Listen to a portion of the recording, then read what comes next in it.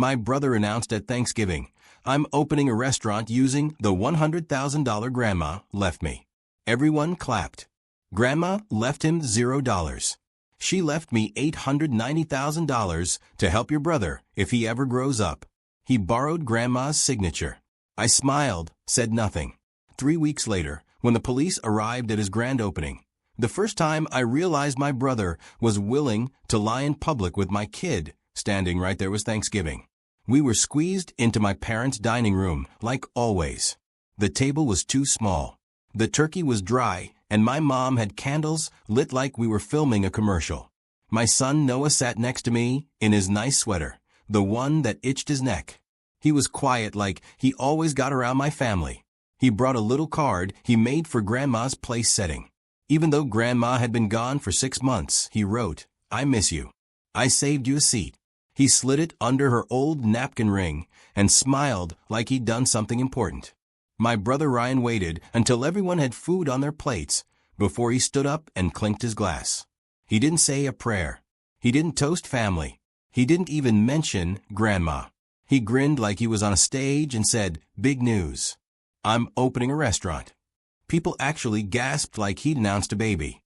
Then he added louder, "And I'm doing it with the 100,000 Grandma left me." Everyone clapped. My dad slapped the table and laughed. My mom's eyes filled up like it was a Hallmark moment. My aunt said, "That's exactly what she would have wanted." Ryan took it in like applause belonged to him. Then he reached into a shopping bag and pulled out 3 bright red chef hats, the cheap kind you order in bulk.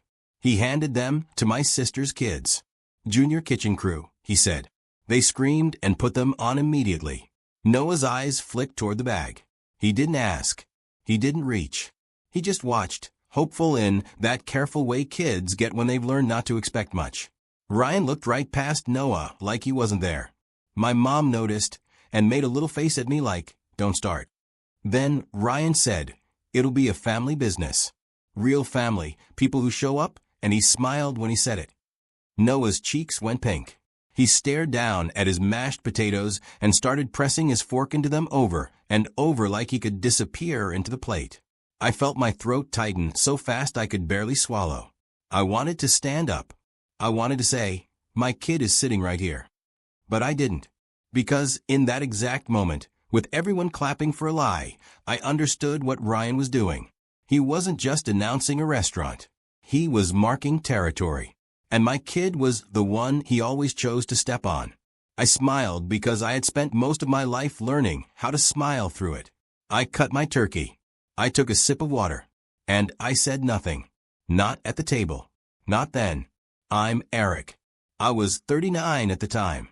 I lived 20 minutes outside my parents' place in a small 2-bedroom townhouse that always smelled faintly like hand wraps and laundry detergent. I coached boxing for a living, not the glamorous kind. I trained teenagers who needed somewhere to put their anger. I trained women who wanted to feel safe walking to their cars. I trained older guys who needed a reason not to drink every night. I ran early classes. I mopped my own floors. I taped my own heavy bags when they split. Noah was 8. He was small for his age, quiet, polite. He lined up his pencils by color. He loved drawing menus on scrap paper, like little lists of foods he made up. He still called my gym dad's workplace, like it was one word.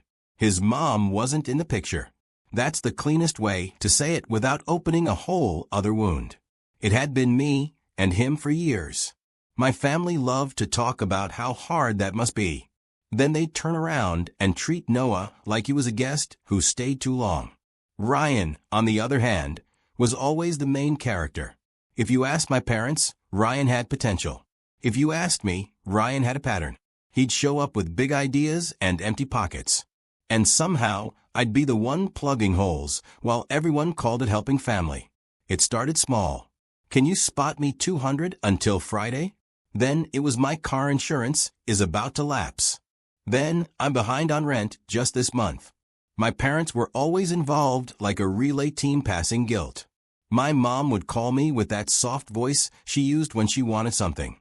"Eric, honey, Ryan's stressed. He's trying. You know how he gets." My dad would be more blunt. "You're the responsible one. He needs you. I was the responsible one. So I paid. I'd send money through apps. I'd write checks.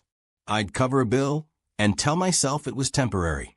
There was a year I paid Ryan's phone plan, his truck payment, and his business course because he said he was learning management.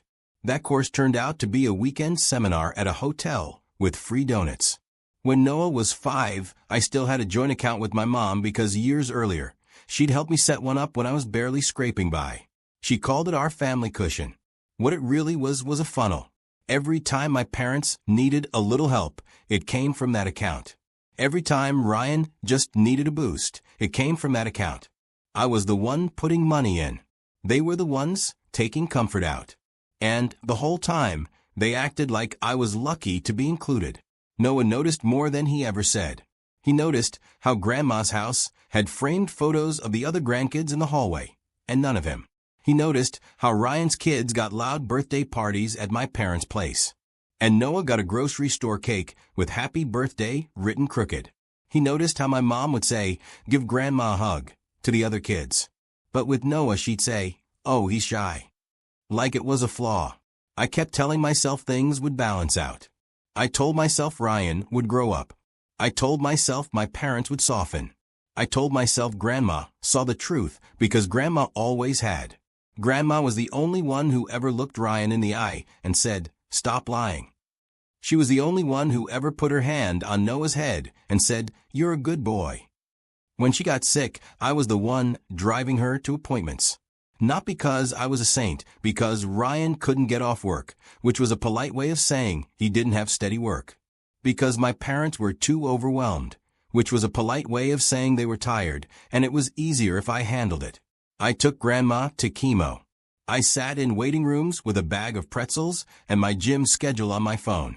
I paid for a ramp at her back door when she started using a walker. I didn't even tell anyone at first. I just did it. And I helped her with paperwork because her hands shook. That's how I found out by accident that Grandma had been dealing with Ryan's mess for years.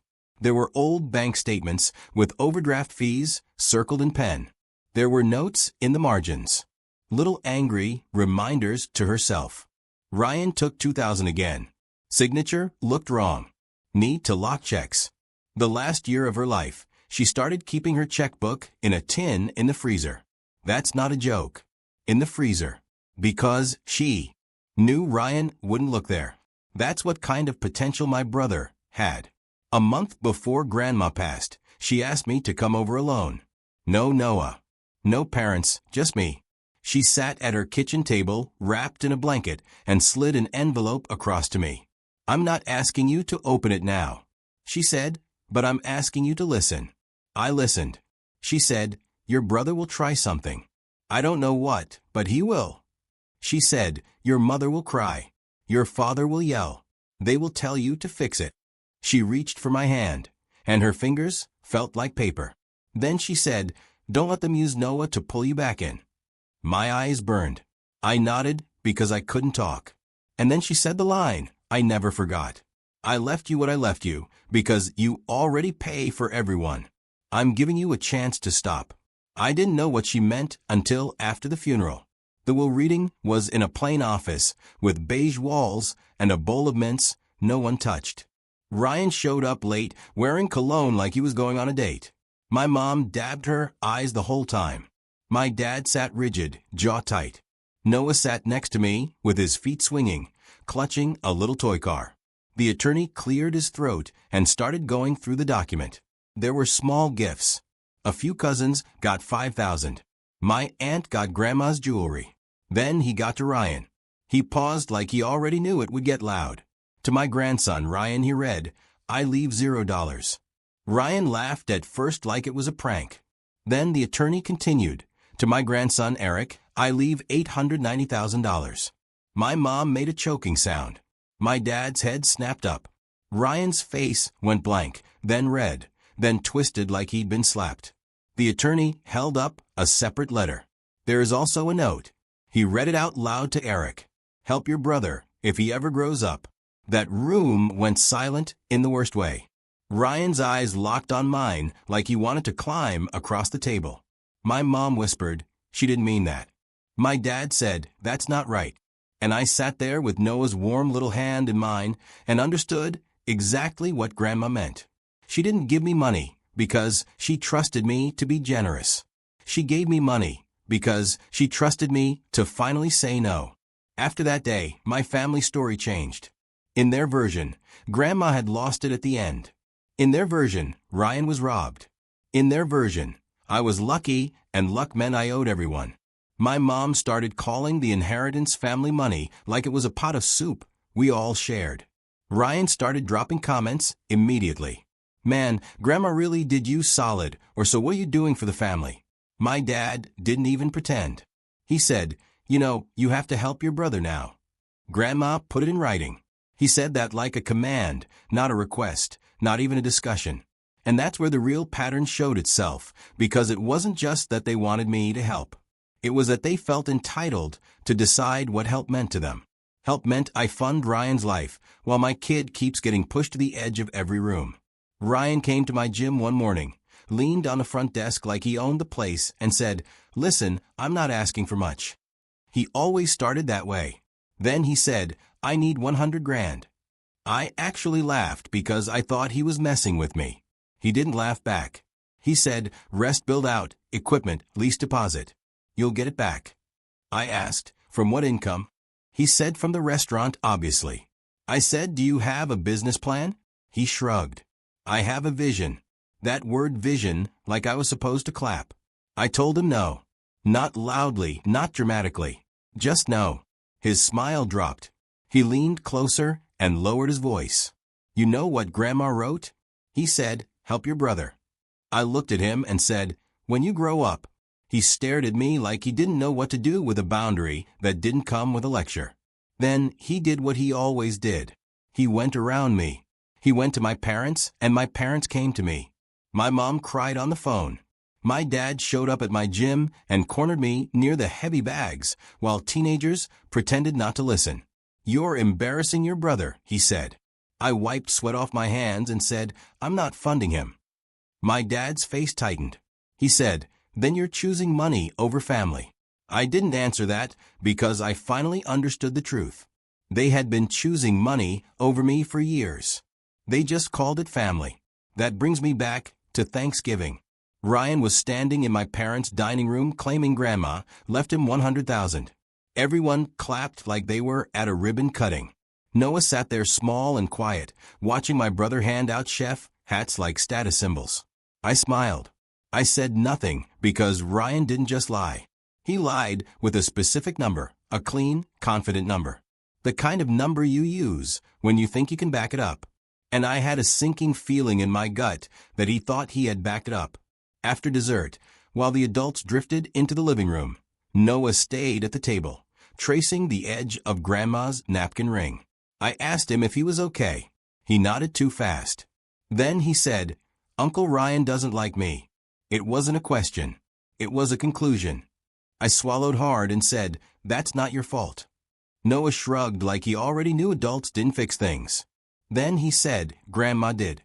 And that nearly broke me because Grandma wasn't here anymore and I was still letting them make my kid feel like he needed permission to exist. I took Noah home early. I told my parents he had a stomach ache. That was easier than telling the truth. In the car, Noah stared out the window the whole way, quiet, shoulders tucked in. When we got home, he went straight to his room. I stood in my kitchen looking at the fridge where Noah had taped one of Grandma's old handwritten recipes I'd copied for him. Grilled cheese. "But do it with love," it said in her shaky cursive.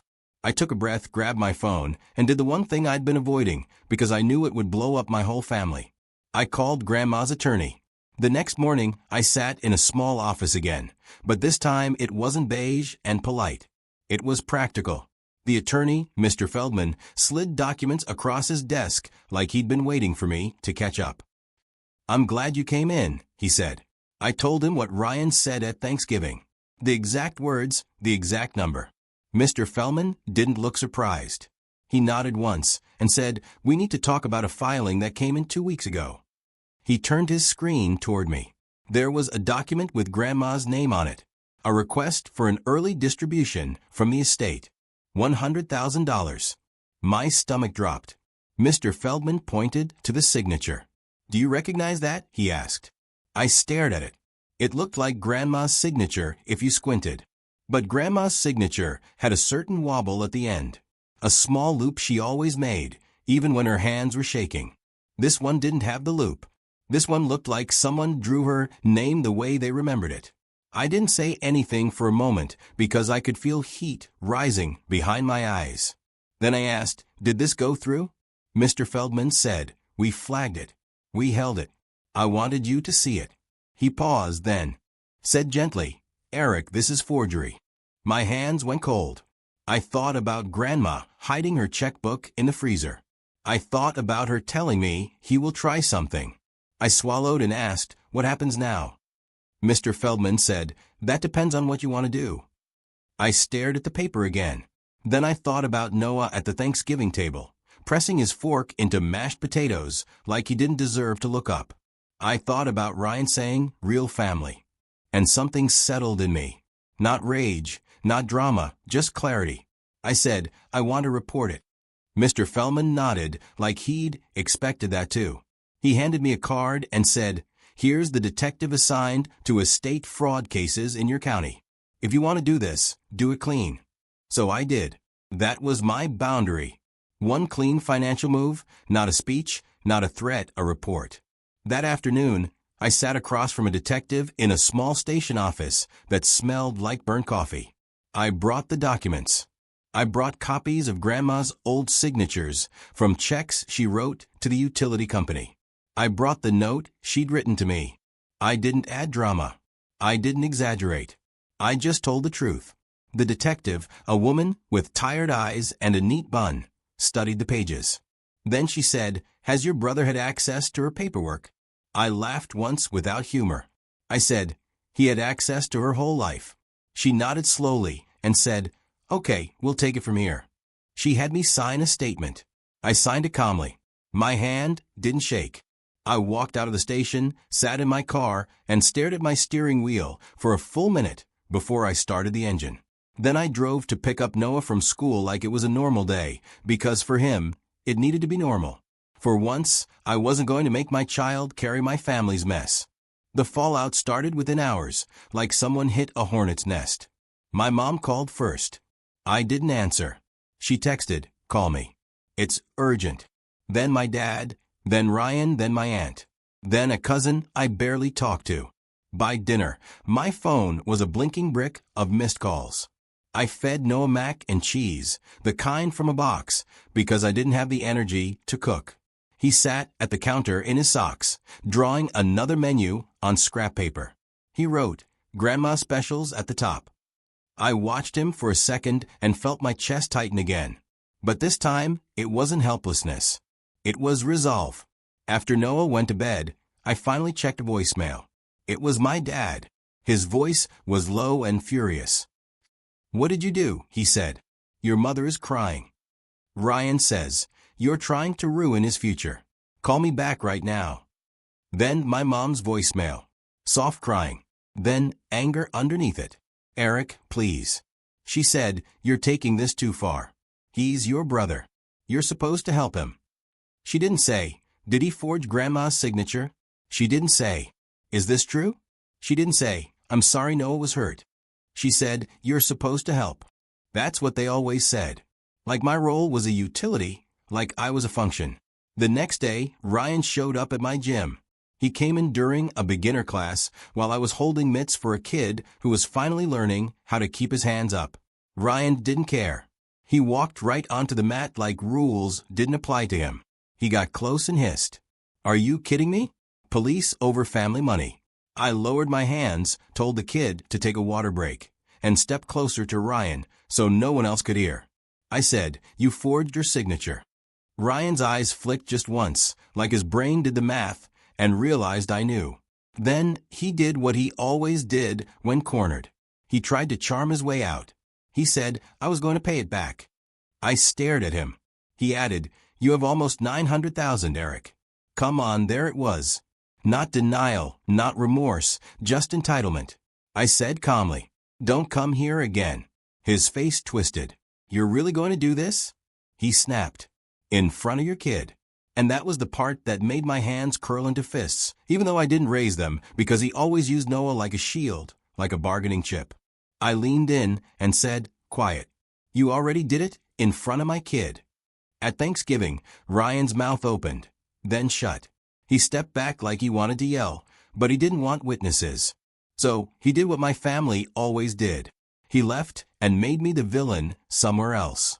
For the next 2 weeks, my parents tried everything. My mom showed up at my townhouse with a casserole like we were playing pretend. I didn't let her in. She stood on my porch and whispered, "Just fix it. Just give him what he needs and make it stop." My dad sent a long text about loyalty and blood. Ryan sent messages swinging between rage and fake sadness. One day it was, "You're dead to me." The next day it was, "I can't believe you do this when I'm finally trying." My aunt called and said, "Your grandma wouldn't want this." I almost laughed because Grandma had literally warned me this would happen. Noah started having trouble sleeping. Not because he knew details. I didn't tell him, but kids feel tension like weather. One night, he came into my room with his blanket dragging behind him and said, "Are we in trouble?" I pulled him close and said, "No." He said, "Uncle Ryan's mad." I swallowed and said, "Uncle Ryan made choices. That's not on you." Noah nodded like he wanted to believe me. Then he whispered, "Grandma would be mad, too." And I said, "Yes, she would." 3 weeks after Thanksgiving, Ryan's grand opening happened. He rented a small storefront in a strip mall near the highway. The kind of place that used to be a sandwich shop, then a nail salon, then sat empty with a faded-for-lease sign. He slapped a new name on it. Something dramatic with the word kitchen in it. My parents were acting like it was the second coming.